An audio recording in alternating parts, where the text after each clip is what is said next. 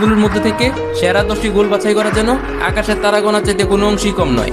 তবুও আজকের এই ভিডিওতে আমরা আপনাদের দেখাতে চলেছি ফুটবল বিশেষজ্ঞদের রেটিং, ভক্তদের ভোট এবং জনপ্রিয় ফুটবল ওয়েবসাইটগুলোর জরিপ অনুযায়ী ফুটবল ইতিহাসের সর্বকালের সেরা 10টি গোল সম্পর্কে।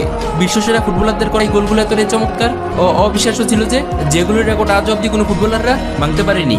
আর আপনি সেরা 10টি গোলগুলো দেখার সময় এতটাই হতবাক হয়ে যাবেন যে ভিডিওটি আপনি 1 সেকেন্ডের জন্য স্কিপ করতে চাইবেন না। আর আপনার পছন্দের ফুটবলারদের করা গোল এই তালিকার কত নম্বর স্থানে রয়েছে তা জানতে পুরো ভিডিওতে আমাদের সাথেই থাকুন। Number 10, জালাতান Ibrahimovic.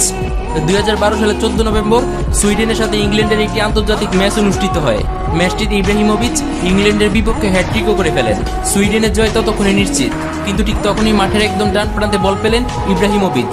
তিনি সে সময় চিন্তা করলেন বল নিয়ে এগিয়ে যাবেন নাকি এখান থেকেই কিছু একটা করবেন, কিন্তু যখন দেখলেন ইংল্যান্ডের প্লেয়াররা তার দিকে এগিয়ে আসছে তখন তিনি দ্রুত সিদ্ধান্ত নিয়ে পুরো শরীরকে ঘুরিয়ে এমন এক বাইসাইকেল কিক করেন যেটি প্রায় দীর্ঘ 30 গজ দূর থেকে গোলকিপারকে বোকা বানিয়ে একদম জালের ভিতর ঢুকে পড়ে, যা থেকে সেদিন ইংল্যান্ডের গোলকিপার সহ পুরো বিশ্ব হতবাক হয়ে যায়।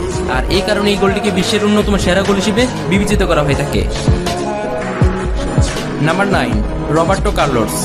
1997 সালে ব্রাজিল বনাম ফ্রান্সের একটি ম্যাচ অনুষ্ঠিত হয়, যেখানে Brazilian legendary defender Roberto Carlos একটি ফ্রি কিক নেন। ফ্রি কিকটি ছিল প্রায় গোল পোস্ট থেকে প্রায় 35 মিটার দূরে। রবার্টো কার্লোসের ফ্রি কিক এত দূরে হয় এটি নিয়ে কেউই খুব বেশি একটা চিন্তিত ছিল না, কারণ সেদিন মাঠে থাকা সকল ফুটবলারদের পাশাপাশি দর্শকরাও মনে করেছিল এটি হয়তো কখনই গোলে রূপ নিবে না।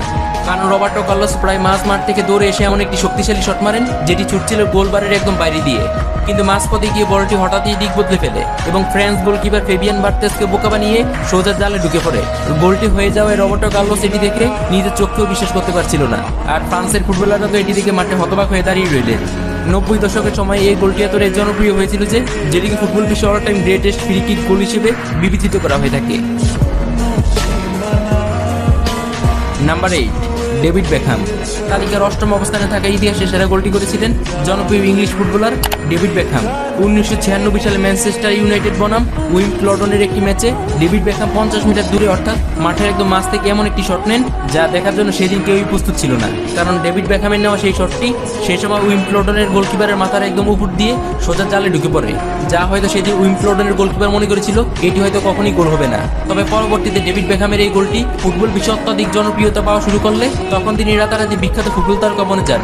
আজও ডেভিড বেকহামের এই গোলটিকে ইতিহাসের অন্যতম সেরা লং রেঞ্জ গোল হিসেবে বিবেচিত করা হয়ে থাকে।